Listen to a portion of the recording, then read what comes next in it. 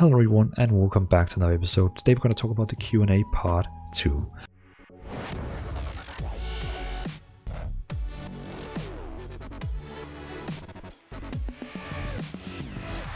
We have got a tons of questions today and it's going to be so freaking fun. So sit down, relax, get some popcorn, get some tea, get some chocolate. I don't know, I don't care, but let's go, let's do this. So let's start with the English questions first and then we take the Russian questions after. You know, I'm pretty good at speaking Russian, that's a joke. But let's go to the first question and it's from Blackout Gaming. How big a focus do you expect PvP to be in? If I'm a PvE player, should I expect to be attacked by everyone I meet, or do you expect PvP interactions to be few and far between as a PvE player? So basically he's asking for all the PvE players who doesn't like to do PvP, can they be safe in this world or will they get killed all the time? And it's a long one, trust me, the other questions is short. This is the only long one, but you know, we have to go through it. We want to strike a good balance between PvP and PvE gameplay. In some areas near settlements where player traffic is heavy, when will naturally be greater risk of being attacked. However, the farther you go from these heavily trafficked areas, the lower your risk of being engaged in random PvP. We absolutely understand the huge portion of MMORPG community who prefers a fully PvE gameplay experience. This is why we chose to create an open world with wasteland areas allowing players to determine the extent of their involvement in PvP. Choosing a location near a settlement to farm comes with greater chance of being engaged in PvP. Similarly, choosing an area far away from the settlements comes with a lower chance of PvP involvement. We don't wish to implement mechanics that place heavy-handed limits on PvP. We believe that the open wasteland areas will help to balance the gameplay between PvP and PvE in a natural, more appropriate way. You will have the option to travel deep into the wastelands to minimize the chance of being attacked by other players, but it won't be possible to entirely avoid the threat of attack from other players in open world. Additionally, Corepunk has randomly generated solo dungeons that give you the opportunity to farm without ever going into the open world. If you wish, data from the closed beta will allow us to better understand what, if anything, we need to change in this regard. Hold on, Corepunk has randomly generated solo dungeons that give you opportunity to farm without ever going out in the open world. Okay, so first of all, they say if you're close to a city, a settlement, of course there's going to be more players, there's a bigger chance for you getting attacked. But this one here sounds like Albion Online with the green portals, the solo dungeons.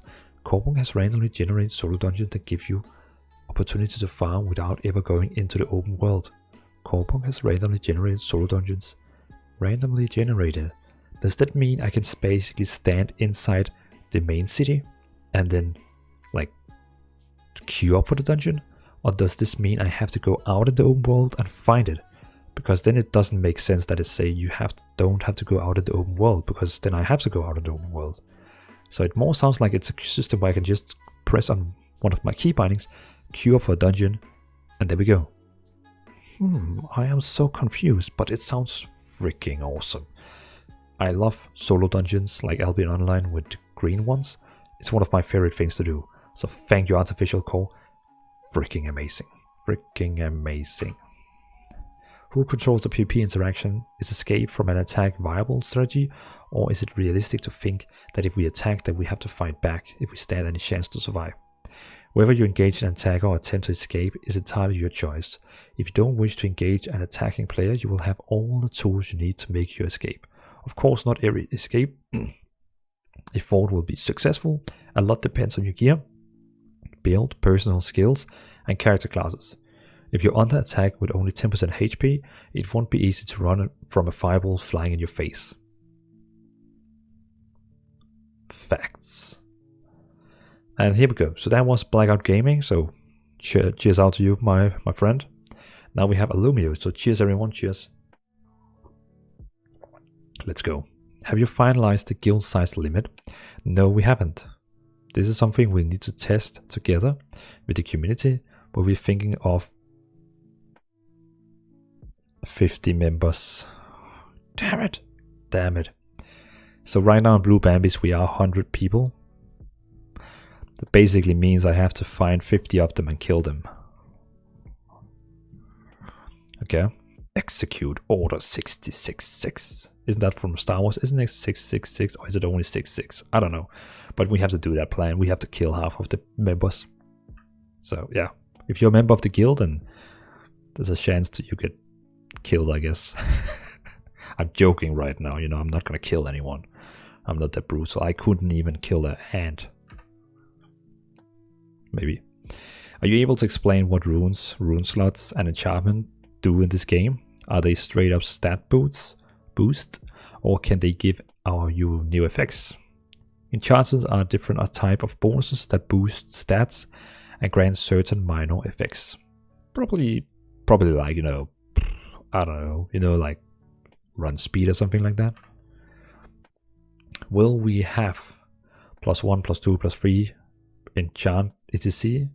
enchantment upgrade system where you can have chance of failing the enchant upgrade? And it just says enchantment won't have the chance of failing. So basically means you can always enchant your items without failing. And they don't really answer on the +1, 2, 3, but maybe they confirm it's there without saying anything. Are the professions leaderboard only for the 4 factions? For the 4 crafting professions, or are there leaderboards for 4 gathering professions and maybe the social professions? Each profession will have a leaderboard. So no matter what profession you have, you're gonna have a leaderboard. I like that. It kind of, you know, it motivates the crafters to actually like craft in the game, I guess. Yeah. From what we have seen, backpack items are what determine your inventory size. Can one of the professions craft backpacks? And are the different types of backpacks, or do you have to buy them or find them?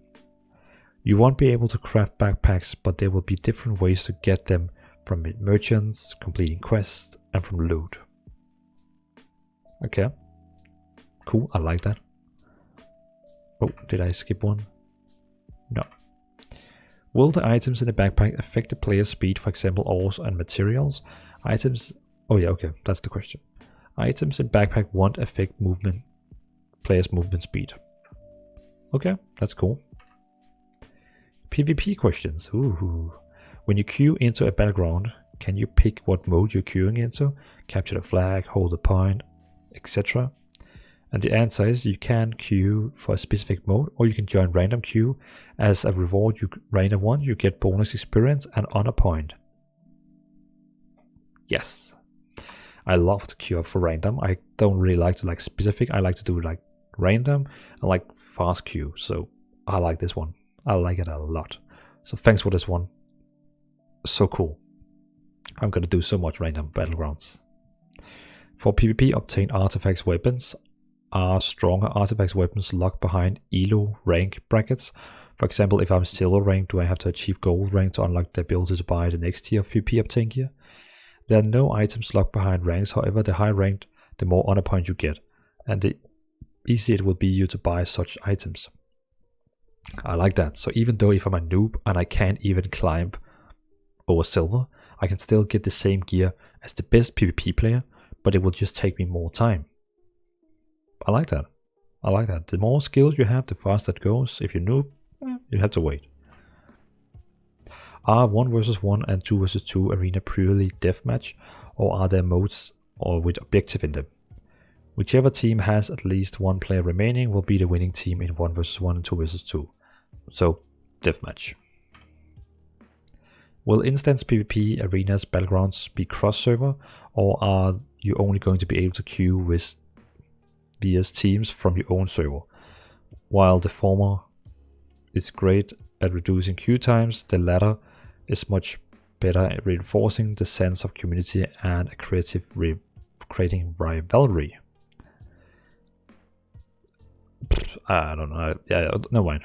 Arenas and battlegrounds will be cross-server. I like that. I like that. Then leaderboards should also be like cross-server, you know, if things are cross-server. So it's like Europe, US, so on, and not server specific. But like that, it helps differently with the queue times that we're gonna have cross. Are you able to inspect players while in open world to see what they have equipped and such? Yes, you'll be able to inspect other players. However, everyone will have the option to turn this feature off for their heroes, We understand that some people would like to hide certain details of their builds. So you can basically say, no, you are not allowed to inspect me. That is so weird, but in some way I like it. In some way I like it. Have you considered implementing a PvE survival gauntlet? For example, a tower with 100 floors type of things? Yes, we are planning to implement that. We believe that such content has huge fan base, giving players a chance to compete. It also allows them to test their gear and skills. I like that. I like that. Like to see who can climb the first 100 floors first. Wow. This game is gonna have so much content. Wow. So much content. I love it. I love it. We know you can gear yourself through PvP, PvE crafting, but are there legendary items for each path? For example, if I only want to play PvP, will I have the opportunity to obtaining a legendary item, or will it require to do a mix of PvP, PvE crafting? You will have a chance to get a legendary item from each path, PvP, PvE crafting, but it won't be easy. Can weapon items have class-specific skills in them, or just common skills that every class can use? Weapon items will have unique class-specific skills. Weapon items will have unique class-specific skills. Wow. Wow. Okay, that is so cool. Are legendary items a stat boost above epic items, or do legendaries have unique effects to them instead of just simple stat boost? Legendary items will offer stat boosts beyond those of epic items. Legendary items will also have a unique skills and effects. Okay, so legendary is legendary and not just like something crappy. If legendary items have stats, those stats are fixed or still randomized in some way. Legendary items have fixed stats, not random ones. These are legendary items after all. Pretty good answer. You confirmed in the past that it would be possible for players to obtain the best gear via crafting. However, normally in order for crafting professions to be profitable, most crafted items are bind unequipped. If that is the case, does it mean that any player with enough money can acquire the best gear? The majority of the game best items will not be transferable. They will be bound to the hero when crafted or picked up. It will be possible to order a crafted item from another player through a special order window, making it possible to offer crafting as a paid service. Remember that crafting nearly any item in Corepunk require a recipe. Most recipes are bind on picked up. Some recipes are very rare, making them highly profitable for their owners. The best crafted items will require players to farm bind on pick up resources. So there's gonna be a specific crafting window where you can like order orders. Okay. I know someone who's gonna like this. For example, the defender is his one-hand shield and one-hand sword one type of weapon, or separate item, meaning you could equip different shield while keeping the same sword. These are separate items and can be equipped separately. Okay. Will the randomly generated dungeons have fixed entrances in the open world, or do they randomly spawn? How can he ask this question? Did we already know that this was something? Did we already know this was a thing? I didn't know that. There would be both dungeons with fixed entrance and dungeons with entrance that spawns randomly. Okay, makes sense. What is the maximum party size in open world? 4. Will we be able to run around with raid dungeons party size? The maximum size of party is 4 players. You will have a chance to gather a raid group and run around in the open world. I don't think they're like meaning like chance and like you have to be rare, lucky. I think more like you can run around with a raid. Can you get ran over by the public transport train? Why are you asking this? Yes, you can. Okay, so if you run in front of the train, you die. If, for example, you choose Elanian culture, are you able to obtain cosmetics for other cultures? We definitely don't want to limit our players in terms of what cosmetics are available to them. You will be able to use cosmetics from other cultures regardless of which one you join.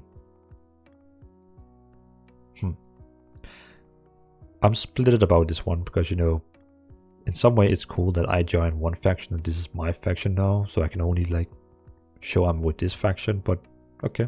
I mean, it's making it like free. You released some time ago Elanian, Forest King and Ray Guns. Can we expect the same treatment for the other 3 factions soon? Moreover, could you share the reason why you stopped at Elanians and didn't follow with the others? The world of Corepunk is huge and intriguing. It's inhabited by various factions, secret societies and unique settlements, each with its history and flavor. We want to talk our players through all episodes of this deep and rich history, taking a look at every settlement. Elanian's lore that we shared is just a tiny piece in the beta test. We'll show much more about the Elanians and their culture approaching the release of the game. We will be sharing with you more of our lore and stories of the other cultures. Is the sniper special skill Totem Ward different? Is the sniper special skill Totem Ward different in any way from the Mystic Profession wards? Does it, for example, have longer range to be placed down? When using this special ability, Sniper will be able to place Totem Wards from a greater range than the regular wards. Okay, so it actually has a bonus. Does the Sniper R reset with the 5 shots counter he has access before the 1.5 reload happens? Meaning you could potentially fire 9 to 10 shots without doing the reload, but still doing the required V-chamber before every shot. Immediately after using the R ability, a sniper receives maximum possible numbers of cartridge, which is 5. If a sniper runs out of ammo while using the ultimate, they will reload. Okay. Burst damage income. Will we have titles in the game that could obtain through several means? You will be able to unlock different titles. For utility skills D and F, where do we get these skills from, and how many do we have access to? From footage and screenshot, it seems there are only 4 different ones. There will be 20 universal skills, 12 skills will be shared, and each of the 4 cultures will have 2 unique skills.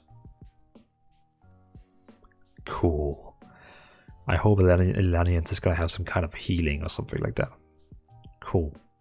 I like that.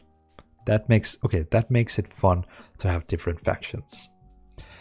Will we have CC duration indicators so we know how long a CC effects last? As an example, the CC duration barred below players in HP in League of Legends.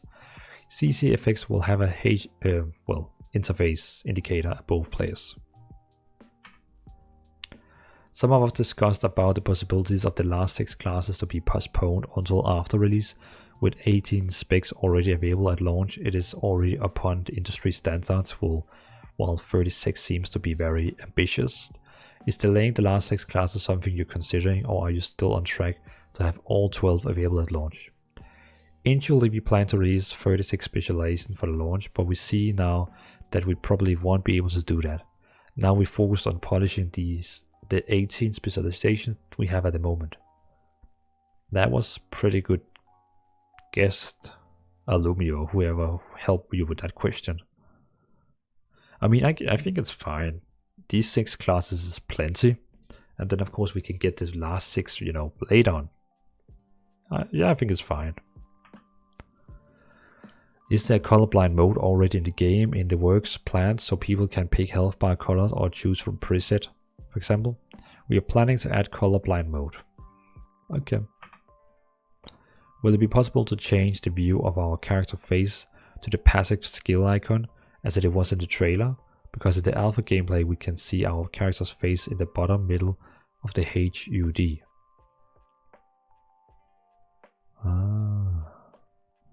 We're currently in the process of redesigning the interface. When you saw the alpha gameplay video, it's not final.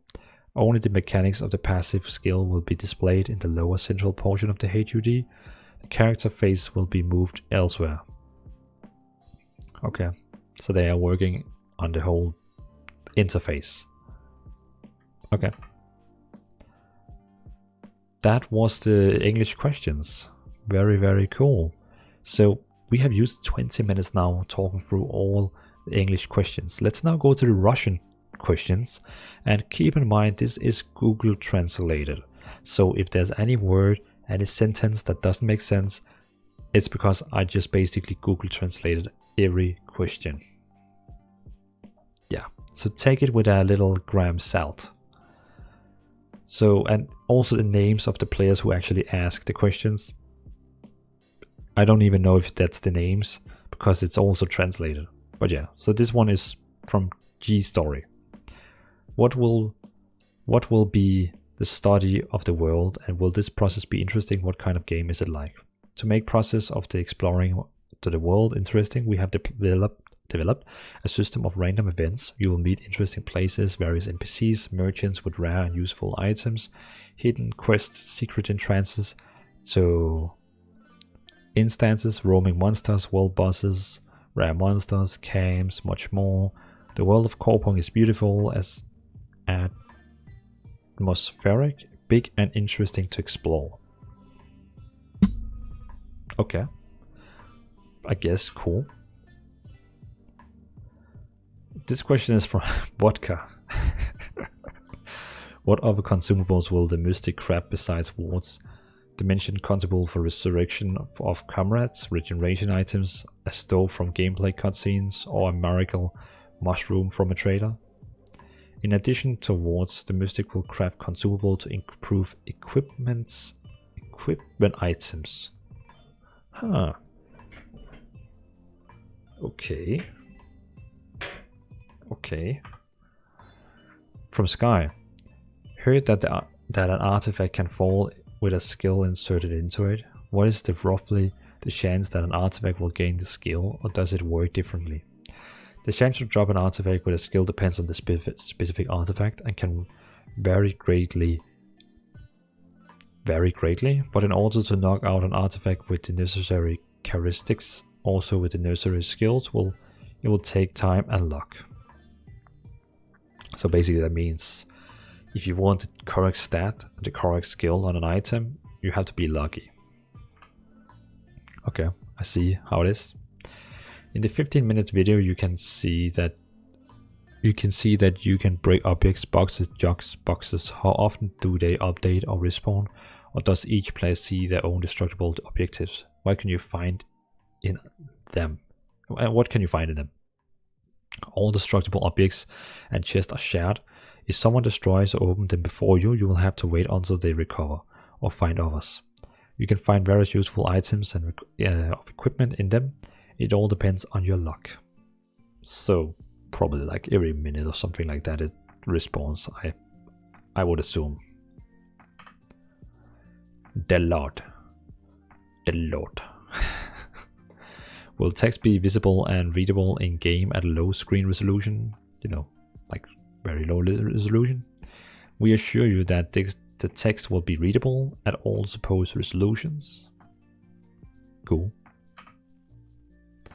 Takudan. Will there be spells that will affect visibility? Disable the tactical camera, blur the screen, narrow the field view? Yes, there will be spells that will affect the player's sight radius. Oh, that's me in the trailer behind. Yes, there will be spells that will affect the player's sight radius. Cool, I like that. Some kind of a blind. R2 toy. Rates will be fixed numbers of players, i.e. statics of all the damage and health of bosses will depend. Okay, so basically rates. Okay, so basically he asking like, you know, will the bosses be harder or easier the more players you are in raid, or is it like fixed? So far we're not planning to do rates that will adjust the numbers of players regardless of the number of players. The characteristics of the monsters will have calculated for the full raid group. Yeah, so you need to be a full group. I see that. Nowadays, how soon will we see details of the game's ENT? I'm not sure what that is. The world of Corepunk is huge and mesmerizing, inhabited by various factions, secret organizations, and unique settlements, each with its own history and theme. We want to take it the players sequentially through all the episodes of this interesting and deep story. For each settlement, for example, the law of Elanians, which will be presented, is only a small part of it. In the beta, you will see the Elanians theme more open. We will be presenting law and other cultures sequentially as we get closer to release. Okay, that was the same one we got in English. Ivan, is the map open initially, or does everyone open it as they study it? Will it be possible to buy it from other players? The map will open gradually as the player explores the world of Kualat. There will be no opportunity to share your card with another player. Okay, so the more you explore, the bigger your map becomes. You have to explore the map. So that's pretty cool. And you cannot sell it. Arurastia. Will the ability to be cancelled like in Dota? Some of the abilities that take time to cast can be cancelled. Okay, so you cannot cancel instant cast, but you can cancel casting all the time. Oscott. Will there be ordinary fog that will be further narrow the field of view? Yes, there will be normal fog as a weather element, but only the fog of war will affect the player's field of view. Oh, cool. Jairu.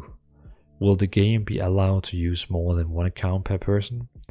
We're not planning to restrict players from using multiple accounts, but third-party software that will help control characters in multiple windows is prohibited.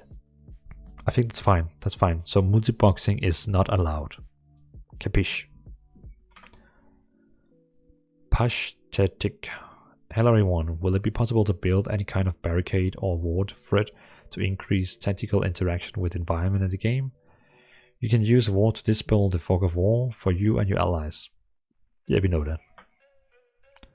Ulster. In one of the topics, it was mentioned that there will be a quest upon reaching the cap by the players. Upon reaching the cap by the player to change the weapon specialization. Does this mean changing the selected spec the free offered within a certain class, or how often can it be changed in this case? Everything is correct. After completing the quest at the maximum level, you will have the opportunity to change your specialization to one of the free offered at any time. But keep in mind that each new specialization you will need to pump longer. Well, basically it means when you get to max level, you get a quest where you can unlock all the specializations, but it will take longer to level them. You have to level each of them. Date. Is it possible to run 30 to 50 people, or will there be some restrictions? This will not be possible in a single raid. So, and that's probably because raids are only probably 12 or 20 man. So outside that you cannot be in a group. So you can't do massive groups like you can do in Albion Online. Will solo players always lose if there are 2+2 players against him, or is there something that can narrow the gap?